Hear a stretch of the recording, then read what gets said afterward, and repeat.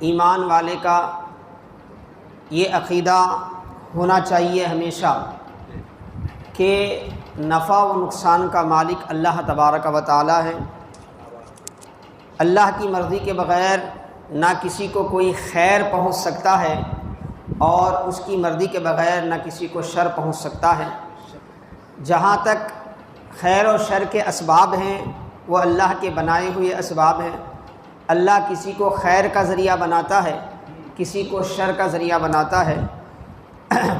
کسی کے ذریعے اللہ تبارک و تعالی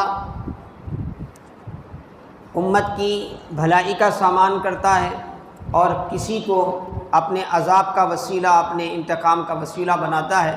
یہ اللہ کا نظام ہے، لیکن حقیقت میں نفع و نقصان کا مالک اللہ تعالیٰ ہے۔ یہ اہل سنت کا متفق علیہ عقیدہ ہے۔ بد عقیدہ اہل سنت پر طرح طرح کے الزامات لگاتے ہیں، لیکن بنیادی بات ہمیشہ یہ یاد رکھیں کہ اہل سنت کا قرآن و سنت اور اجماع امت سے ثابت شدہ عقیدہ یہ ہے کہ اللہ ہی نفع و نقصان کا مالک ہے۔ مخلوق کے لیے یہ حکم دیا گیا کہ وہ خیر کا ذریعہ بنے اور شر سے بچیں۔ چنانچہ ایک حدیث پاک ہے امام بہقی کی، امام طبرانی نے بھی روایت کیا، اللہ کے رسول صلی اللہ علیہ وسلم نے فرمایا اللہ کی کچھ مخلوق ایسی ہے اللہ نے ان کو پیدا کیا ہے لوگوں کی حاجت براری کے لیے، فرمایا لوگوں کی ضرورتوں کی تکمیل کے لیے۔ ان اللہ خلق خلقا لحوائج الناس، یعنی اللہ نے ایک مخلوق ایسی پیدا کی ہے، اللہ تبارک و تعالی جو ہے ان کے ذریعے خلق خدا کی حاجتوں کو پوری کرواتا ہے، اور جب پریشانی آتی ہے تو خود بخود لوگ ان کی طرف مائل ہوتے ہیں۔ سمجھ میں آیا؟ تو اللہ کے نیک بندے ہیں، وہ دعا کر رہے ہیں، ان کی دعاؤں سے پریشانیاں حل ہو رہی ہیں، تو وہ ذریعہ ہیں، سبب ہیں۔ اور امت کو حکم بھی یہ دیا گیا کہ ہم خیر کا ذریعہ بنیں، ہم شر کے لیے تالا اور خیر کے لیے کنجی بنیں۔ اللہ کے رسول فرمائے مبارک ہے اس بندے کے لیے جسے اللہ خیر کی کنجی بنائے اور شر کے لیے مغلاق یعنی تالا بنا دے۔ تو لیکن حقیقت میں نفع و نقصان کا مالک کون ہے؟ وہ اللہ تبارک و تعالی۔ اللہ نہیں چاہے گا تو کوئی خیر کا ذریعہ ہمیں نہیں ملے گا۔ مخلوق چاہ کر بھی کیا ہے، وہ اللہ کی مرضی کے خلاف جا کر کسی کو کوئی نفع یا نقصان نہیں پہنچا سکے گی۔ یہ بنیادی عقیدہ آپ رکھیں ذہن میں، تو پھر انشاءاللہ ہر قسم کے وساوس شرک جو ہیں اس سے بندہ محفوظ ہو جائے گا۔ اگر بنیادی طور پر یہ عقیدہ انسان کے دل و دماغ پر چھایا ہوا رہے کہ بھئی نفع و نقصان کا مالک صرف اللہ تبارک و تعالی ہے، باقی جو بھی ذریعہ ہے وہ رب کی عطا سے، رب کے کرم سے وہ ذریعہ ہے۔ اللہ چاہے تو کسی کے ذریعے کیا ہے ہمارے لیے بھلائی کا انتظام کر دے، اللہ چاہے تو کسی کو کیا ہے ہمارے گناہوں کی وجہ سے ہمارے نقصان کا باعث بنا دے۔ تو یہ سبب ہیں، سبب، لیکن حقیقت میں نفع و نقصان کا مالک اللہ تبارک و تعالیٰ ہے۔ یہ عقیدہ میں نے گزشتہ نشست آپ کے سامنے بیان کیا تھا۔ آج دوسرا عقیدہ آپ کے سامنے رکھ رہا ہوں، کیونکہ اس کو جاننا، سمجھنا، اپنی اصلاح کی کوشش کرنا انتہائی ضروری ہے۔ اگر ہم غفلت میں بیٹھے ہوئے رہیں گے تو بد عقیدہ آ کر اپنے عقیدے سکھا کر جائیں گے، ہم اسی کو اسلام سمجھ کر کے آئے گمراہ ہو جائیں گے۔ دوسرا عقیدہ کیا ہے؟ قرآن پاک کی میں نے آیت پڑھی، اللہ فرماتا ہے، یاد رکھو، محفوظ کر لو، اس کو ذہن میں محفوظ کر لو، فَعْلَمْ، اچھی طرح سے جان لو، کیا؟ فَعْلَمْ أَنَّ اللَّهَ لَا إِلَٰهَ إِلَّا هُوَ، کہ اللہ ہی معبود ہے، اس کے سوا کوئی معبود نہیں۔ یعنی عبادت کا سزاوار صرف اللہ تبارک و تعالیٰ ہے، عبادت کا مستحق، عبادت کا حقدار، عبادت کا استحقاق رکھنے والا صرف اور صرف اللہ تعالیٰ ہے۔ اللہ کے سوا کسی کی عبادت ایک لمحے کے لیے بھی جائز نہیں ہے۔ کیا؟ اللہ کے علاوہ کسی بھی مخلوق کی عبادت، کسی بھی مخلوق کی عبادت، وہ مخلوق اللہ کی محبوب مخلوق ہو یا وہ اللہ کی نافرمانی کرنے والی مخلوق ہو، وہ کائنات کے مظاہر ہوں یا انسان و جنات ہوں، کوئی بھی ہو، بنیادی عقیدہ اسلام کا، قرآن کا عقیدہ کیا ہے، پیغمبروں کی دعوت کیا ہے، احادیث کا پیغام کیا ہے، اجماع امت کا پیغام کیا ہے، اہل سنت کا عقیدہ کیا ہے، اللہ کے سوا ایک لمحے کے لیے بھی کسی کی عبادت جائز نہیں، کسی کی عبادت جائز نہیں۔ اگر کوئی کسی کو معبود سمجھ کر عبادت کی نیت سے کوئی بھی عبادت کرتا ہے تو پھر وہ فی الفور مشرک بن جاتا ہے، فی الفور مشرک بن جاتا ہے، اس کے مشرک ہونے میں کوئی ذرہ برابر بھی شبہ نہیں ہوتا، مگر کیا وہ اللہ کو چھوڑ کر ما سوی اللہ میں سے کسی کو اپنا معبود بنائیں، خدا بنائیں، کیونکہ عبادت صرف اللہ تبارک و تعالیٰ کے لیے ہے، اور یہ کلمے کا جب تک یہ اقرار نہیں کرتا بندہ اسلام میں داخل بھی نہیں ہوتا۔ اسلام کی ساری عبادتوں، ساری تربیت کا دار و مدار اسی پر ہے کہ اللہ کے سوا کوئی معبود نہیں، اللہ کے سوا کوئی معبود نہیں۔ اذان میں یہی کلمات ہیں، خطبے میں یہی کلمات ہیں، خطبہ نکاح میں یہی کلمات ہیں، ہر جگہ بار بار بار بار اشہد ان لا الہ الا اللہ، اشہد ان لا الہ الا اللہ، اشہد ان لا الہ الا اللہ، یہ اعلان ہی اس لیے کروایا جاتا ہے تاکہ ذہن اور دماغ اور دل پر کیا ہے اچھی طرح سے یہ بات بیٹھ جائے کہ اللہ کے سوا رتی برابر بھی کسی کے لیے عبادت نہیں ہے، رتی برابر بھی کسی کے لیے عبادت نہیں ہے۔ یہی اہل سنت کا عقیدہ ہے، یہی صوفیہ اکرام کا عقیدہ ہے، یہی اولیاء اللہ کا عقیدہ ہے۔ تہمتیں باندھتے ہیں اللہ والوں پر، غلط باتیں منسوب کرتے ہیں منسوب کرنے والے اپنی جماعت کو کیا ہے لوگوں میں مشہور کرنے کے لیے، لیکن حقیقت یہ ہے کہ توحید کا جیسا سبق اہل سنت میں ہے دنیا میں کسی کے پاس نہیں، کسی کے پاس نہیں، اللہ کے سوا کسی کی عبادت جائز نہیں۔ سینکڑوں اس پر آیتیں ہیں، سینکڑوں اس پر احادیث ہیں، فرامین اسلاف، کئی قسم کے فرامین اسلاف اس پر ہیں، قولی عملی ہر اعتبار سے امت کو یہ سبق دیا گیا کہ اللہ کے سوا کسی کی عبادت جائز نہیں، کسی کی عبادت جائز نہیں۔ اب عبادت کہتے کس کو ہیں اس کو آپ سمجھ لیں، ذہن میں رکھ لیں، پھر انشاءاللہ بہت سی چیزوں سے آپ محفوظ ہو جائیں گے۔ عبادت کے لیے پہلی چیز تو یہ ہے کہ وہ شریعت میں اسے عبادت کہا جائے۔ میں اپنی طرف سے کوئی چیز کروں اور یہ کہوں کہ یہ عبادت ہے، نہیں۔ عبادت کے لیے کیا ہے؟ شریعت میں نماز عبادت ہے، سجدہ عبادت ہے، روزہ عبادت ہے، خانہ کعبہ کا طواف عبادت ہے۔ کیوں عبادت ہے؟ اس کو عبادت آپ اور ہم نے مل کر کیا ہے طے نہیں کیا ہے، بلکہ اللہ کی طرف سے خانہ کعبہ کے طواف کو کیا ہے عبادت کہا گیا، اسی لیے اب خانہ کعبہ کا طواف کیا ہے؟ عبادت ہے۔ آپ گاڑی میں بیٹھے، مسجد یوسفیہ کے دونوں طرف کیا ہے راستہ ہے، آپ ایک طرف سے جا کے دوسری طرف سے آ سکتے ہیں۔ آپ اپنے بچے کو بٹھا کے کیا ہے 7 نہیں 14 چکر آپ مسجد یوسفیہ کے روڈ کے لگا رہے ہیں، حالانکہ یہ بھی چکر ہے، لیکن یہ چکر عبادت نہیں ہے، یہ چکر عبادت نہیں ہے۔ وہیں آپ وہاں بھی الیکٹریکل گاڑیاں ملتی ہیں آپ کو حرم شریف میں، جو عمر رسیدہ چل نہیں سکتے ان کے لیے، وہی گاڑی میں آپ بٹھا کے ان کو 7 چکر کروائیں، وہ عبادت ہے، وہ عبادت ہے۔ تو عبادت کے لیے پہلی شرط کیا ہے؟ شریعت میں اس کو عبادت کہا جائے، شریعت میں وہ چیز عبادت کا درجہ پائی ہوئی ہو۔ اور دوسری چیز یہ ہے کہ کرنے والا جو ہے اس چیز کو کرنے والا جس کے لیے وہ کر رہا ہے اس کو معبود سمجھ کے کرے، معبود سمجھ کے کرے تو عبادت ہے، ورنہ نہیں۔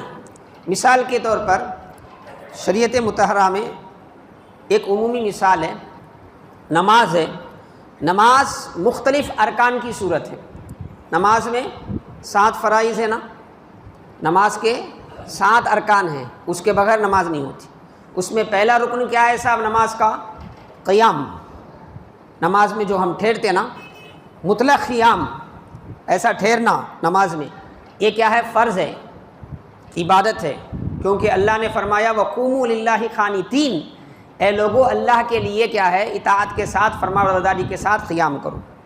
پھر اس کے بعد آپ ہاتھ باندھ رہے ہیں، یہ سنت ہے، اس عبادت میں یہ سنت ہے۔ لیکن فرض کیا ہے؟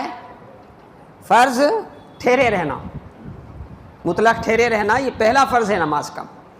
اگر جس کو اللہ تعالیٰ نے قدرت دی ہے ٹھہرنے کی، وہ ٹھہر سکتا ہے، اس کے باوجود وہ ٹھہر رہا نہیں ہے، بیٹھ کے نماز پڑھ رہا ہے، تو نفل میں تو اجازت ہے، فرض میں نماز ہی نہیں ہوتی اس کی، فرض میں نماز ہی نہیں ہوتی۔ جو معذور ہیں، جن کو رکوع کرنے نہیں آتا، جن کو سجدہ کرنے نہیں آتا، ٹھہر تو سکتے ہیں لیکن رکوع اور سجدے میں جھک نہیں سکتے، تو ان کے لیے قیام بھی ساقط ہے۔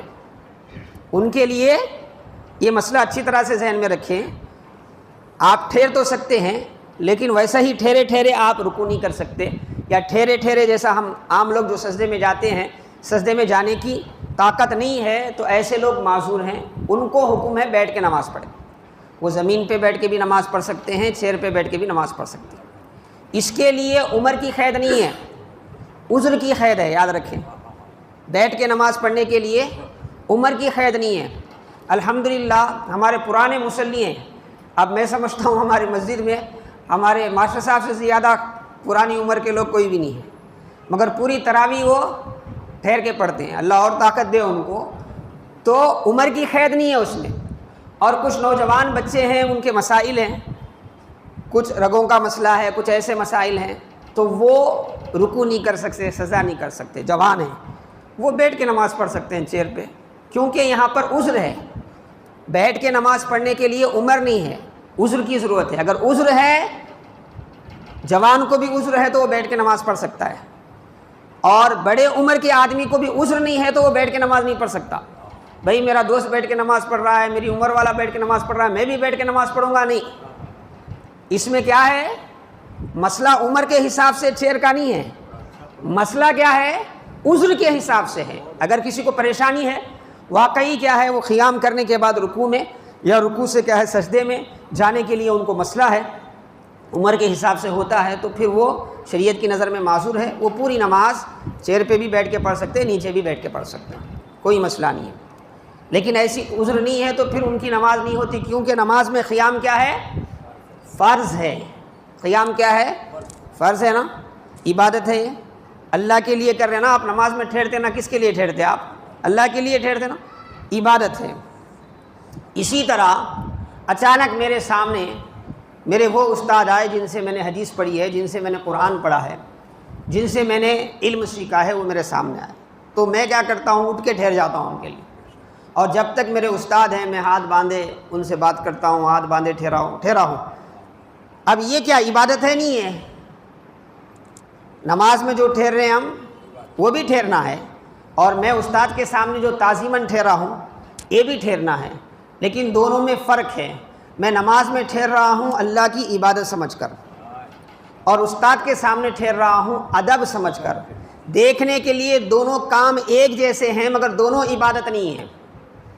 اسی لیے میں نماز میں ٹھہرتا ہوں، اور اسی نیت سے اگر میں استاد کے سامنے ٹھہرا، دیوار کے سامنے ٹھہرا، انتہا تو یہ خانہ کعبہ کے سامنے ٹھہرا تو بھی شرک ہو جاتا ہے۔ عبادت کی نیت سے، خانہ کعبہ کی عبادت کی نیت سے، اللہ کی عبادت نہیں، خانہ کعبہ کی عبادت کی نیت سے بالکل خانہ کعبہ کے سامنے ٹھہرا، یا میرے استاد کے سامنے ٹھہرا، میرے شیخ کے سامنے ٹھہرا، تو یہ کیا ہے؟ شرک ہے، کیونکہ یہاں فعل عبادت ہے، اور غیر اللہ کو میں معبود سمجھ کر کیا ہے، اس کے لیے عبادت ادا کر رہا ہوں، حالانکہ عبادت حق ہے صرف اور صرف اللہ کا، صرف اور صرف اللہ کا۔ اس کے برخلاف احترام میں، ادباً میں ٹھہر رہا ہوں، تو یہ ٹھہرنا تعظیم ہے، عبادت نہیں ہے، بلکہ شریعت کا حکم ہے۔ حضرت سیدنا محمد عربی صلی اللہ علیہ وسلم کے تعلق سے بخاری وغیرہ میں روایتیں آتی ہیں، جب وہ حضرت سیدہ فاطمہ الزہرا سلام اللہ علیہا کے مکان کو جاتے نا، تو حضرت بی فاطمہ اپنے والد کو آتے ہوئے دیکھ کے کیا ہے، تعظیماً ٹھہر جاتی، اور جب کبھی سیدہ طاہرہ اللہ کے وسلم سے ملنے اپنے بابا کے گھر آتی، اللہ کے وسلم دور سے ان کو دیکھتے نا، محبت سے ٹھہر جاتے ہیں ان کے لیے، تو یہ ٹھہرنا عبادت نہیں ہے۔ اسی طرح یہودیوں کا فیصلہ کرنے کے لیے ان کے سردار حضرت سعد جو زخمی ہو گئے تھے ان کو بلا کے لایا گیا. جب وہ مسجد میں آنے لگے نا، اللہ کے وسلم نے فرمایا قوموا الی سیدکم، فرمایا تم اپنے سردار کے لیے ٹھہرو، تم اپنے سردار کے لیے ٹھہرو. تو یہ قیام تعظیمی ہے، قیام عبادت نہیں ہے. تو نیتوں میں بھی بڑا فرق ہوتا ہے. فعل بظاہر ایک جیسا ہوتا ہے لیکن فعل میں فرق ہے. جھکنا رکوع ہے، لیکن وہی جھکنا میں پین لینے کے لیے جھکا، سامنے بالکل یہاں گرا، بالکل جھکا، تو بالکل رکوع کی حالت ہے، لیکن وہ عبادت نہیں ہے، کیونکہ میری نیت عبادت کی نہیں ہے، میری نیت پین وغیرہ لینے کی ہے. تو یہ فرق اگر رہے گا نا تو آپ کو بات بات پر کیا ہے شرک بولنے کی ضرورت نہیں پڑے گی. شرک بولنے کی ضرورت نہیں پڑے گی، آپ کو مسئلہ سمجھ آ جائے گا. ایک مومن کے لیے اللہ کے سوا رتی برابر بھی کسی کی عبادت بولیے جائز ہے؟ بالکل جائز نہیں ہے. لیکن ہر عبادت الگ ہے، مگر عبادت جیسا جو بھی فعل ہے وہ ہر جگہ عبادت نہیں ہوتا، ہر جگہ عبادت نہیں ہوتا. وہ اسی وقت عبادت ہوتا ہے جب عبادت کی نیت سے معبود برحق کے لیے عبادت کی نیت سے شریعت کے دائرے میں رہ کر اس کو کیا جائے. ورنہ جہاں تک ادباً ٹھہرنے کا تعلق ہے، اساتذہ اپنے بڑوں کے لیے ٹھہرنے کا حکم ہے، اپنے اساتذہ کے لیے ٹھہرنے کا حکم ہے، اپنے علماء کے لیے قیاماً ٹھہرنے کا حکم ہے. یہاں تک کہ فقہ حنفی کا مسئلہ ہے، آپ کو معلوم ہونا چاہیے کہ فقہ حنفی میں مسئلہ کیا ہے. اقامت میں ہم کب ٹھہریں؟ اقامت ہوتی نا، اقامت یعنی جماعت کے لیے جو کلمات بولے جاتے نا، اس میں عام طور پہ حکم کیا ہے، جب مؤذن اقامت کہنے والا حی علی الفلاح پر پہنچے تو اٹھ کر ٹھہر جائیں، کیونکہ اس کے بعد کے جو کلمات ہیں وہ کلمات ہیں قد قامت الصلاۃ. قد قامت الصلاۃ کا مطلب یہ ہے کہ نماز ٹھہر چکی ہے. تو اس کلمات پر کیا ہے بالکل عملی طور پہ ہمارا عمل بھی اس کلمات کے مطابق ہو، جب تک ٹھہر جائیں ہم حی علی الفلاح، یہ حکم ہے. لیکن اسی فقہ حنفیہ میں مسئلہ یہ ہے کہ اقامت ہوتی ہے امام کے لیے، اقامت کا حق امام کا ہے. اسی لیے اللہ کے رسول حضرت بلال سے فرماتے تھے جب تک تم مجھ کو نہ دیکھو اقامت نہ کہو. اگر اقامت کہیں بھی جائے تو صحابہ کو فرماتے مجھے دیکھنے سے پہلے نہیں اٹھنا.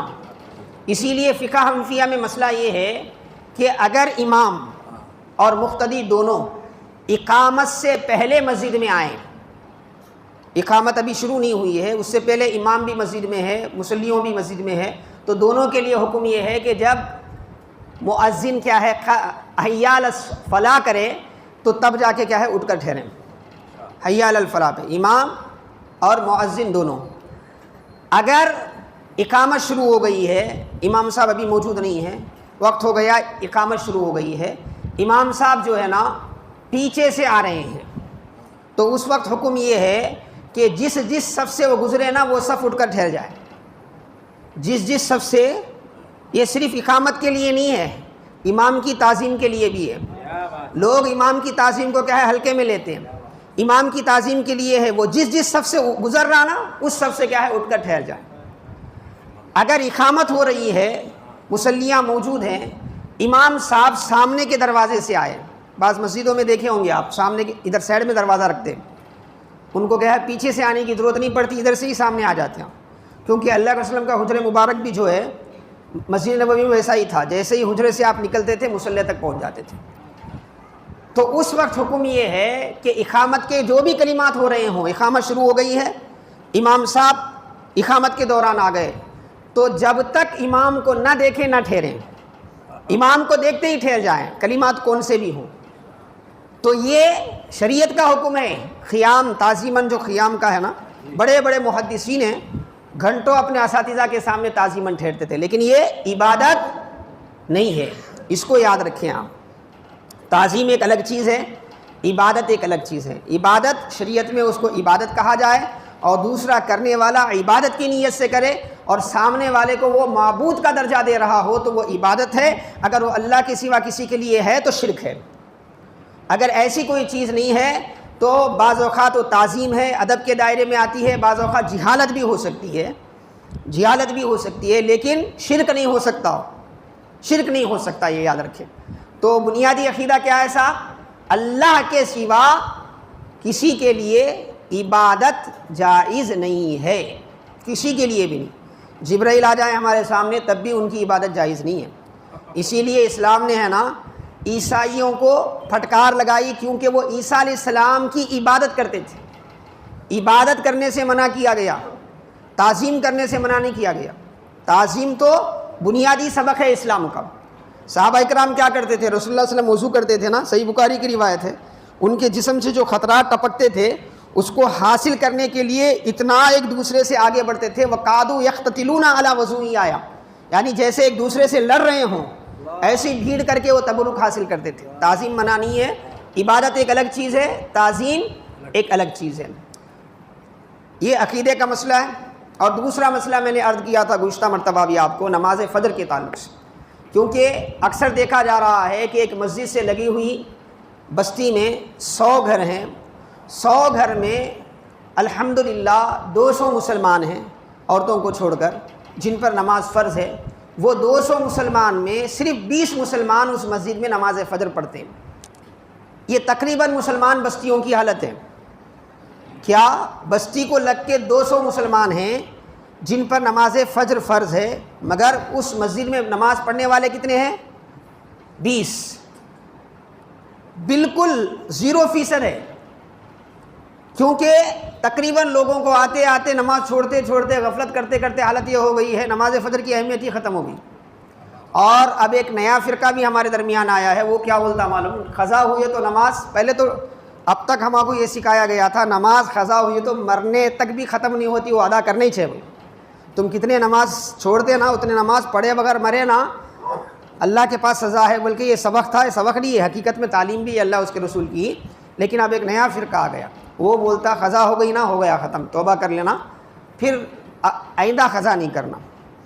اب یہ نئے نئے چیزوں کی وجہ سے اتنی غفلت ہو رہی ہے آج، نماز فجر کی ہمارے پاس اہمیت ہی نہیں۔ اس کے حوالے سے میں نے ایک بات عرض کی تھی گزشتہ مرتبہ، نماز فجر اتنی برکت والی نماز ہے کہ اس کی وجہ سے اللہ تبارک و تعالیٰ کا خصوصی دیدار ہوتا ہے جنت میں۔ اور رسول اللہ صلی اللہ علیہ وسلم نے فرمایا تھا کہ اگر اس کی فضیلت معلوم ہو تو لوگ رینگتے ہوئے آنا بھی پڑے تو آ جائیں گے۔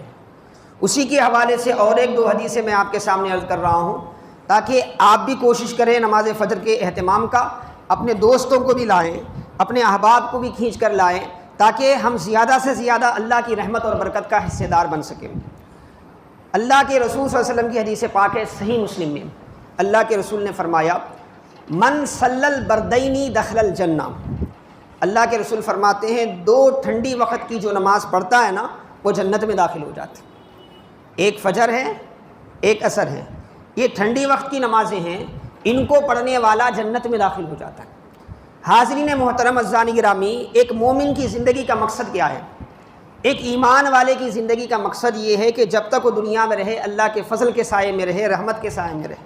جب وہ اس دنیا سے جائے تو اللہ اپنی فضل والی جنت اسے عطا کرے، اپنی فضل والی جنت اسے عطا کرے، اور وہ جنت جو فضل والی ہے، جس میں ایسی نعمتیں ہیں کہ جس کا ہم تصور بھی نہیں کر سکتے، اور وہ جنت ملتی کب ہے؟ جو بندہ نماز فجر پڑھتا ہے تو اس کی برکت سے اللہ جنت عطا فرماتا ہے، اللہ جنت عطا فرماتا ہے۔ اور اس میں کئی قسم کی بشارتیں ہیں۔ جنت میں کون جائے گا؟ جس کا خاتمہ ایمان پر ہوگا۔ جنت میں کون جائے گا؟ جس کے گناہ کو اللہ معاف کرے گا۔ جنت میں کون جائے گا؟ جو نیکیوں پر قائم رہے گا۔ جنت میں کون جائے گا؟ جو مرنے سے پہلے توبہ کرے گا۔ تو صرف اس میں جنت کی بشارت نہیں ہے، نصاً صریحاً جنت کی بشارت ہے، مگر ضمناً اس میں بشارت ہے کہ جو بندہ فجر کی نماز پڑھتا ہے اللہ اسے دیگر نیکیوں کی توفیق عطا فرماتا ہے، اللہ اسے توبہ کی توفیق عطا فرماتا ہے، مرنے سے پہلے اسے توبہ نصیب ہوتی ہے، اور موت آتی ہے تو ایمان کی موت آتی ہے، شیطان اس کا ایمان خراب نہیں کرتا جو فجر کی نماز پڑھتا ہے۔ اسی لیے حاضرین محترم عزیزان گرامی اس کا اہتمام کریں۔ پھر مزید آپ کو عرض کیا جائے گا۔ تیسری بات میں نے عرض کی تھی معاملات کے حوالے سے، معاملات کے حوالے سے، اور اس کے حوالے سے میں نے بتایا تھا کہ تہمت کتنا بڑا گناہ ہے، جھوٹی باتیں دوسروں کی طرف منسوب کرنا، کیونکہ یہ ہمارے معاشرے کی ایسی خطرناک بیماریاں ہیں جسے ہم نیکی سمجھ کر کرتے ہیں، دنیا بھی برباد ہوتی ہے، آخرت بھی برباد ہوتی ہے۔ آج اسی سے متعلق، یعنی اسی جیسے ایک معاملے سے متعلق اور ایک بات میں آپ کے سامنے عرض کر رہا ہوں۔ ایک بات میں آپ کے سامنے اس لیے عرض کر رہا ہوں کہ آپ سمجھیں بھی عمل بھی کریں، دوسروں تک پہنچائیں۔ تو معاملات کے حوالے سے ایک بات ہے حاضرین محترم، وہ ہے اصلاح ذات البین۔ حدیث پاک کی اصطلاح ہے یہ، اصلاح ذات البین۔ کیا مطلب؟ دو لڑنے والوں کو ملانا، یہ اسلام کی بہتر نیکیوں میں سے ایک ہے، دو لڑنے والوں کو ملانا۔ اس کی ضد دو کو لڑانا یہ بڑے گناہوں میں سے ایک ہے۔ ایسا گناہ ہے جو انسان کے دنیاوی کیریکٹر کو تو تباہ کرتا ہی ہے، اس کے ساتھ ساتھ اس کی دینی برکتیں بھی ختم ہو جاتی ہیں، اس کی دینی برکتیں بھی ختم ہو جاتی ہیں۔ اللہ کے وسلم کو معلوم ہوتا کہ فلاں جگہ کیا ہے مسلمان لڑے ہیں، تو بنفس نفیس تشریف لے جاتے آپ، ان کی صلح کرواتے، ان کو کیا ہے آپس میں غلط فہمیاں ان کی دور کرتے۔ لیکن ہمارے زمانے میں جو برائیاں آج آپسی معاملات کو لے کر پیدا ہو رہی ہیں، ان میں ایک برائی یہ ہے کہ ہمارے پاس ایسے لوگوں کی قدر زیادہ ہے جو فتنے پیدا کرتے ہیں، جو ایک دوسرے کو لڑا کر مزہ لیتے ہیں، جو ایک دوسرے کو لڑا کر کیا ہے اپنا کام نکالنے والے ہوتے ہیں، ان کی بڑی واہ واہ ہوتی ہے، ان کی بڑی عزتیں ہوتی ہیں۔ حالانکہ اللہ اس کے رسول کی نظر میں یہ بہت بڑا گناہ ہے، بہت بڑا گناہ ہے۔ ابو داؤد شریف کی حدیث پاک ہے، اللہ کے رسول نے فرمایا اے صحابہ کیا میں تمہیں آگاہ نہ کروں ایک ایسے عمل سے جو نماز سے زیادہ فضیلت والا ہے، جو روزے سے زیادہ فضیلت والا ہے، جو صدقہ و خیرات کرنے سے زیادہ فضیلت والا ہے۔ صحابہ نے فرمایا قالوا بلا یا رسول اللہ، یا رسول اللہ کیوں نہیں، ضرور۔ اللہ کے رسول نے فرمایا اصلاح ذات البین، وہ نیکی جو نفل نماز سے زیادہ برکت والی ہے، وہ نیکی جو نفل روزے سے زیادہ ثواب رکھتی ہے، وہ نیکی جو نفل صدقے سے زیادہ ثواب رکھتی ہے، وہ یہ ہے کہ دو مومنوں میں آپس میں اگر دشمنی پیدا ہو جائے تو اس کی اصلاح کرنا، اس کی اصلاح کرنا، ان کے اندر کے کینے کو، بغض کو، دشمنی کو بڑھاوا نہیں دینا، چائے پلا پلا کے بڑھاوا نہیں دینا، بلکہ اس کو ختم کرنا، یہ نفل نماز سے زیادہ ثواب والا عمل ہے، یہ نفل روزے سے زیادہ ثواب والا عمل ہے، یہ نفل صدقے سے زیادہ ثواب والا عمل۔ اس کے بعد اللہ کے رسول نے فرمایا فساد ذات البین، دو لوگوں کو لڑانا، ہی الحالقہ، یہ جو ہے موننے والی چیز ہے، وسترا کرنے والی چیز ہے۔ بولے کیا؟ اللہ کے رسول فرماتے ہیں یہ بالوں کو نہیں نکالتی، تحلق الدین، پورے دین کو صاف کر دیتی ہے۔ فرماتے یہ گناہ ایسا ہے پورا دین ختم ہو جاتا ہے۔ آپ دیکھیں کسی نمازی کو اس گناہ میں پڑے ہوئے تو نمازی ہے اس لیے کیا ہے اس کی بات سنیں نہیں، یہ گناہ ایسا ہے کہ اس کی نماز کی برکتوں کو ختم کر دیتا ہے، یہ گناہ ایسا ہے اس کی قرآن پڑھنے کی برکتوں کو ختم کر دیتا ہے، یہ گناہ ایسا ہے وہ تہجد گزار ہے تو اس کی تہجد کی برکتوں کو ختم کر دیتا ہے۔ جو بندہ لوگوں میں فتنہ پروری کرتا ہے نا، اس سے بڑھ کر اللہ کی نظر میں مغضوب کوئی نہیں۔ اس گناہ سے اپنے آپ کو بچائیں۔ اور آخری بات، میں رفع الیدین کے حوالے سے گزشتہ بار حضرت عبداللہ ابن مسعود کی حدیث پاک کو بیان کیا تھا، کیونکہ اکثر آج یہ نعرہ بلند ہو رہا ہے کہ بھئی جو ترک رفع یدین کرتا ہے، ترک رفع یدین کا معنی کیا صاحب؟ ترک رفع یدین کا معنی یہ ہے کہ رفع الیدین کا معنی آتا عربی میں ہاتھ اٹھانا۔ ترک رفع یدین ایک اصطلاحی نام ہے اس کا مطلب یہ ہے کہ نماز کے شروع میں ہاتھ اٹھانا، پھر پوری نماز میں دوبارہ ہاتھ نہیں اٹھانا۔ آج نوجوانوں کو یہ سمجھایا جا رہا ہے کوئی ایسی نماز پڑھتا ہے تو یہ نماز سنت کے خلاف ہے، اس کی نماز باطل ہے، اس کے نماز میں ثواب نہیں ملتا۔ آج میں آپ کو حوالہ دے رہا ہوں ایک ایسے مفتی کا جو صحابہ کی موجودگی میں فتویٰ دیتے تھے، صحابہ کی موجودگی میں فتویٰ دیتے تھے۔ حضرت امام شعبی رحمۃ اللہ علیہ، یہ بڑے تابعی ہیں۔ تابعی کسے بولتے؟ صحابی کے شاگرد۔ امام بخاری بھی پیدا نہیں ہوئے تھے، اس زمانے کے ہیں۔ امام بخاری ان کی روایتوں کو 113 روایتوں کو بخاری میں ذکر کیے ہیں، اور امام بخاری ان تک پہنچنے کے لیے ان کو 3 استادوں کا سہارا لینا پڑا۔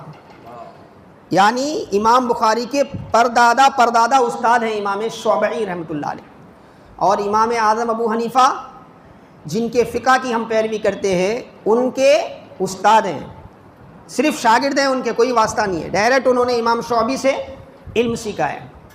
تو یہ امام شعبی رحمۃ اللہ علیہ تابعی ہیں، حضرت علی رضی اللہ تعالیٰ عنہ کے شاگرد ہیں، حضرت ام المومنین عائشہ صدیقہ رضی اللہ عنہا کے شاگرد ہیں، کئی صحابہ سے انہوں نے علم سیکھا، حضرت عمر فاروق کے دور میں پیدا ہوئے، اور آپ خود فرماتے ہیں میں نے 500 صحابہ کو پایا ہے، جس نے اپنے ماتے کی آنکھوں سے 500 صحابہ کو دیکھا ہو۔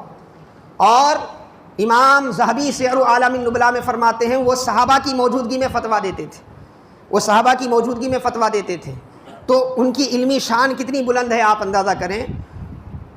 ان سے پوچھیں ہم کہ بھائی ہم نماز کے شروع میں ہاتھ اٹھاتے ہیں پھر ہاتھ نہیں اٹھاتے، ہماری نماز پوری ہوتی ہے نہیں ہوتی؟ تو امام بخاری کے استاد ہیں امام ابن ابی شیبہ، وہ اپنی کتاب جو بخاری سے پہلی لکھی گئی ہے مصنف ابن ابی شیبہ میں روایت کرتے ہیں، خود امام شعبی جو 500 صحابہ کو انہوں نے دیکھا ہے، جو صحابہ کے دور میں مفتی کے منصب پر فائز تھے، جو لوگوں کو کیا ہے دین سکھاتے تھے، ان کا خود اپنا عمل یہ تھا کہ یہ نماز کے شروع میں ہاتھ اٹھاتے تھے پھر ہاتھ نہیں اٹھاتے تھے، نماز کے آغاز میں ہاتھ اٹھاتے تھے پھر ہاتھ نہیں اٹھاتے تھے۔